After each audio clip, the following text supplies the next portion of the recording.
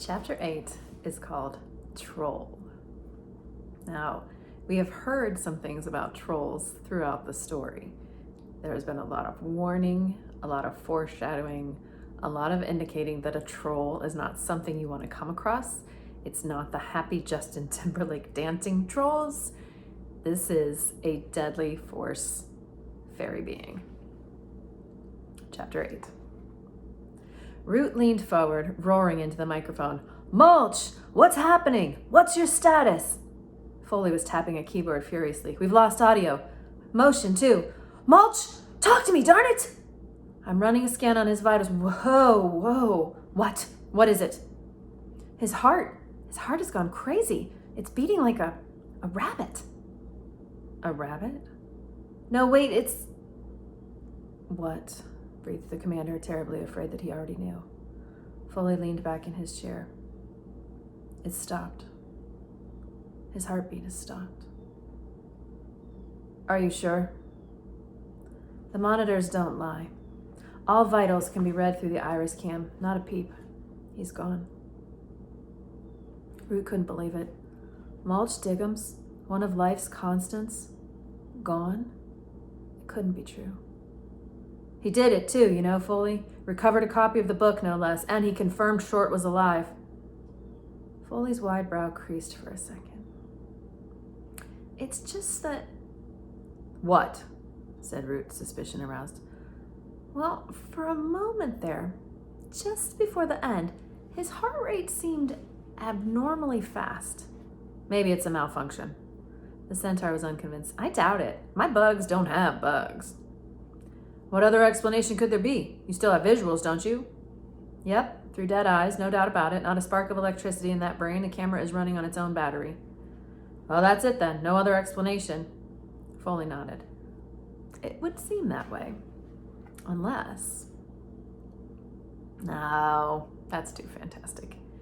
This is Mulch Diggums we're talking about here. Nothing is too fantastic.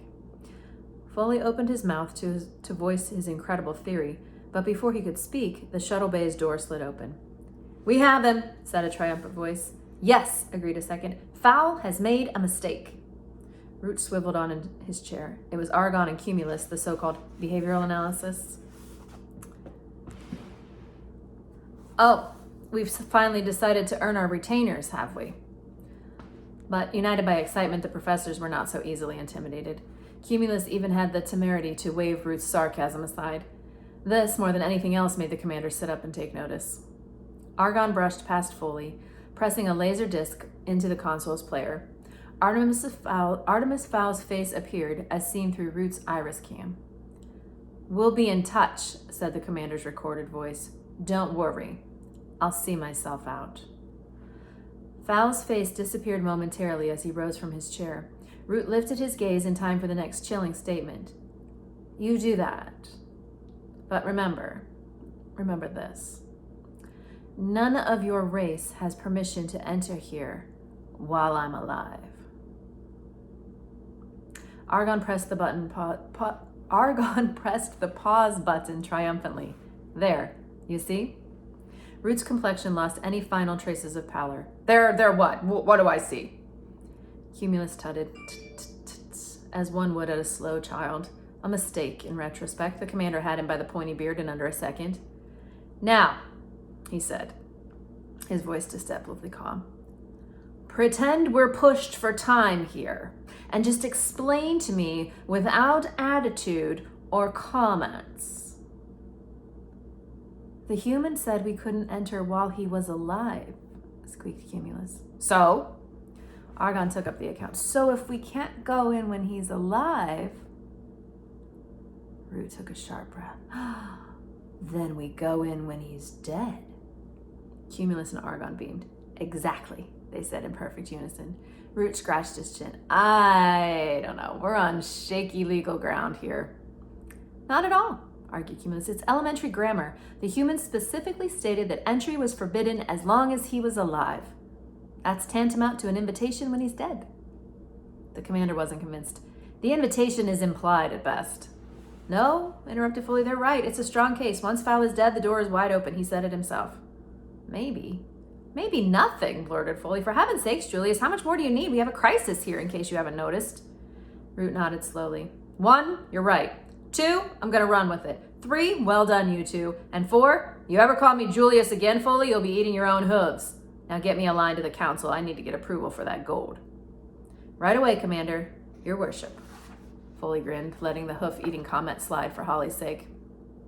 So, we send in the gold, muttered Root, thinking aloud. They send out Holly. We blue-rinse the place and stroll in to reclaim the ransom. It's simple.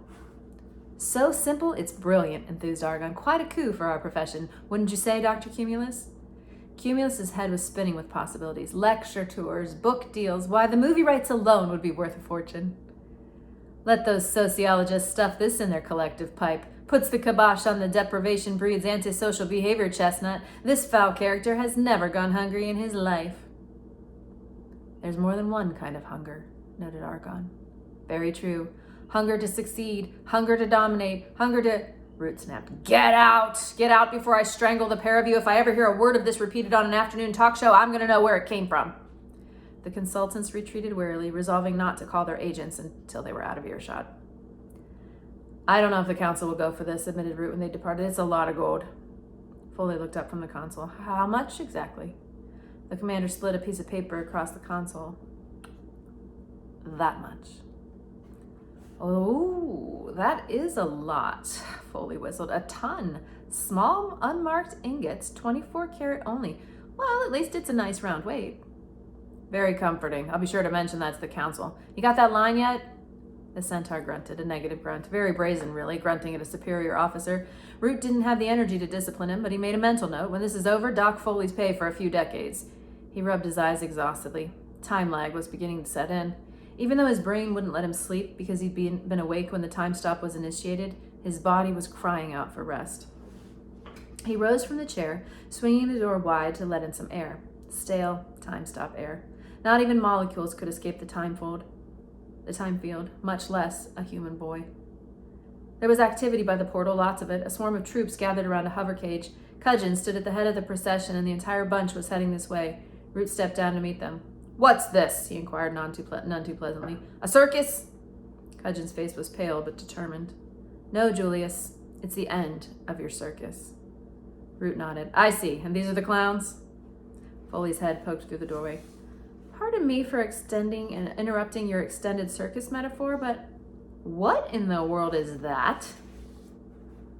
Yes, Lieutenant, said Root, nodding at the floating hover cage. What in the world is that? Cudgeon bolstered his courage with a few deep breaths. I've taken a leaf out of your book, Julius. Is that a fact? Yes, it is. You opted to send in a lapsed creature. So now I'm going to. Root smiled dangerously. You don't opt to do anything, Lieutenant. Not without my say-so. Cudgeon took an unconscious step backwards. I've been to the council, Julius. I have their full backing. The commander turned to Foley. Is this true? Apparently. It just came through on the outside line. This is Cudgeon's party now. He told the council about the ransom demand and you springing Mr. Diggums. You know what the elders are like when it comes to parting with gold. Root folded his arms. People told me about you, Cudgeon. They said you'd stab me in the back. I didn't believe them. I was a fool. This is not about us, Julius. It's about the mission. What's inside this cage is our best chance of success. So what's in the cage? Now don't tell me. The only other non-magical creature in the lower elements and the first troll we've managed to take alive in over a century. Exactly. The perfect creature to flush out our adversary. Root's cheeks glowed with the effort of restraining his anger. I don't believe you're even considering this. Face it, Julius, it's the same basic idea as yours. No, it isn't. Mulch Diggums made his own choices. He knew the risks. Diggums is dead? Root rubbed his eyes again. Yeah, it seems so. Cave in. That just proves I'm right. A troll won't be so easily dispatched. It's a dumb animal, for heaven's sakes. How can a troll follow instructions? Cudgeon smiled, newborn confidence peeping through his apprehension. What instructions? We just pointed at the house and get out of the way. I guarantee you those humans will be begging us to come in and rescue them. What about my officer? We'll have the troll back under lock and key long before Captain Short is in any danger. You can guarantee that, can you? Cudgeon paused. That's a chance I'm willing. Actually, the council is willing to take. Politics, spat Root. This is all politics to you, Cudgeon. A nice feather in your cap on the way to a council seat. You make me sick. Be that as it may, we are proceeding with this strategy. The council has appointed me acting commander, so if you can't put our personal history aside, get out of my way. Root stepped aside. Don't worry, Commander. I don't want anything to do with this butchery. The credit is all yours. Cudgeon put on his best sincere face. Julius, despite what you think, I have only the interests of the people at heart. Yeah, one person in particular, snorted Root. Cudgeon decided to go for the high moral ground. I don't have to stand here and listen to this. Every second talking to you is another second wasted. Root looked him straight in the eye.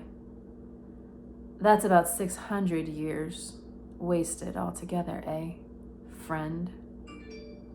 Cudgeon didn't answer. What could he say? Ambition had a price, and that price was friendship. Cudgeon turned to his squad, a group of hand-picked sprites loyal only to him. Get the hover cage over to the avenue. We don't greenlight until I give the word. He brushed past Root, eyes looking anywhere except at his erstwhile friend. Foley wouldn't let him go without a comment. Hey, Cudgeon. The acting commander couldn't tolerate that tone, not on his first day. You watch your mouth, Foley. No one is indispensable. The centaur chuckled. Very true. That's the thing about politics. You get one shot. Cudgeon was semi-interested in spite of himself. I know if it was me, continued Foley, and I had one chance, just one chance, to book my behind a seat on that council, I certainly wouldn't entrust my future to a troll. And suddenly, Cudgeon's newfound confidence evaporated, replaced by shiny pallor. He wiped his brow, hurrying after the departing hover cage. See you tomorrow, Foley called after him. You'll be taking out my trash. Root laughed. This was possibly the first time one of Foley's comments had amused him. You're a good man, Foley, he grinned. Hit that backstabber where it hurts, right in the ambition. Thanks, Julius. The grin disappeared faster than a deep-fried pit slug in the LEP canteen. I've warned you about the Julius thing, Foley. Now get that outside line open again. I want that gold ready when Cudgeon's plan goes awry. Lobby all my supporters on the council. I'm pretty sure Lope's one of mine, and Cajartes, possibly Vinyaya. She's always had a thing for me, devilishly as attractive as I am. You're joking, of course. I never joke, said Root, and he said it with a straight face. Back to Holly. Have you been wondering what's going on with Holly at this point? We haven't heard from her for a little bit. Holly had a plan of sorts. Sneak around shielded, reclaim some fairy weaponry, then cause havoc until Fowl was forced to release her. And if several million Irish pounds worth of property damage happened to ensue, well, that was just a bonus. Holly hadn't felt so good in years. Her eyes blazed with power, and there were sparks sizzling below every centimeter of skin. She had forgotten just how good running hot felt. Captain Short felt in control now on this hunt. This was what she was trained to do. When this affair had started, the advantage had been with the mud people. But now the boot was on the other foot. She was the hunter, and they were the prey. Holly scaled the great staircase, ever vigilant for the giant manservant. That was one individual she wasn't taking any chances with. If those fingers closed around her skull, she was history, helmet or not, assuming she managed to find a helmet. The vast house was like a mausoleum, without a single sign of life inside its vaulted rooms. Spooky portraits, though, each one with foul eyes, suspicious and glittering. Holly determined to torch the lot of them when she recovered her Neutrino 2000. Vindictive, perhaps, but totally justified considering what Artemis Fowl had just put her through. She scaled the steps swiftly, following the curve around to the upper landing. A slot of pale light peeped from under the last door of the corridor. Holly placed her palm against the wood, feeling for a vibration. Activity, all right. Shouting, and footsteps thundering this way. Holly jumped back, flattening herself against the velveteen wallpaper. Not a moment too soon. A hulking shape burst through the doorway and hurtled down the corridor, leaving a maelstrom of air currents in his wake. "Juliet!" he shouted, his sister's name hanging in the air long after he had disappeared down the stairs. Don't worry, Butler, thought Holly. She's having the time of her life glued to WrestleMania. But the open door presented a welcome opportunity. She slipped through before the mechanical arm could close it again. Artemis Fowl was waiting, anti-shield filters cobbled onto his sunglasses. "Good evening, Captain Short," he began, confidence apparently intact. "At the risk of sounding cliched, I've been expecting you." Holly didn't respond, didn't even look her jailer in the eye. Instead, she utilized her training to scan the room, her gaze resting briefly on each surface. "You are, of course, still bound by the promises made earlier tonight." But Holly wasn't listening. She was sprinting toward a stainless steel workbench bolted to the far wall. "So basically our situation hasn't changed. You're still my hostage." Yeah, muttered Holly, running her fingers over the rows of confiscated retrieval equipment. She selected a stealth-coated helmet, slipping it over her pointed ears. The pneumatic pads pumped to cradle her crown. She was safe now. Any further commands given by Fowl meant nothing through the reflective visor. A wire mic slotted down automatically. Contact was immediate. "On revolving frequencies. Broadcasting on revolving frequencies. Holly, if you can hear me, take cover." Holly recognized Foley's voice, something familiar in a crazy situation. "Repeat, take cover. Cudgeon is sending in a..." "Is there something I should know?" Artemis said. "Quiet," hissed Holly, worried by the tone of Foley's unusually flippant voice.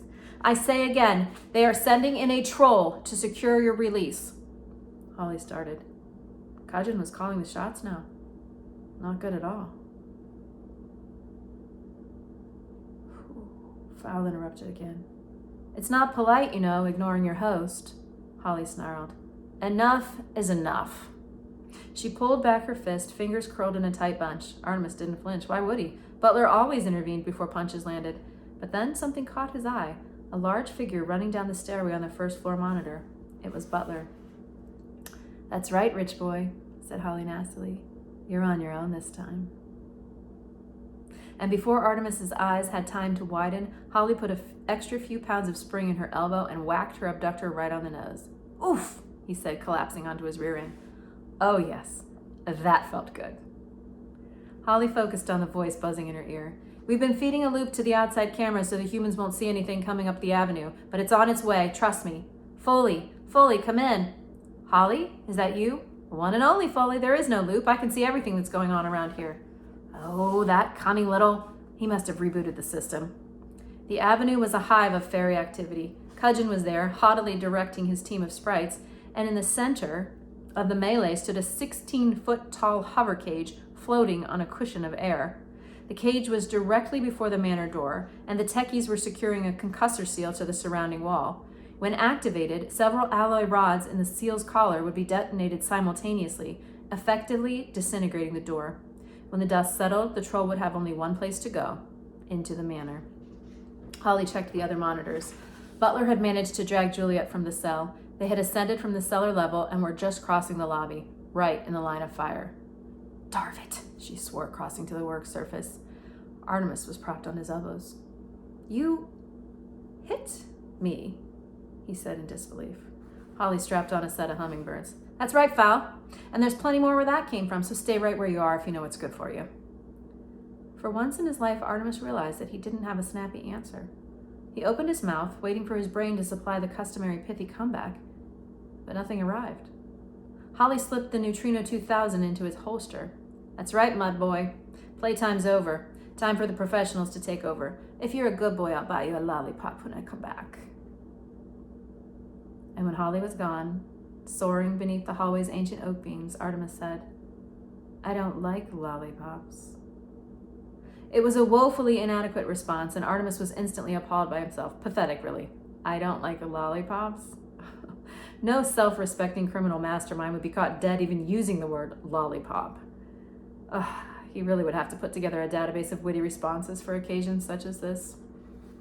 It was quite possible that Artemis would have sat like that for some time, totally detached from the situation at hand, had not the front door imploded, shaking the manor to its foundations.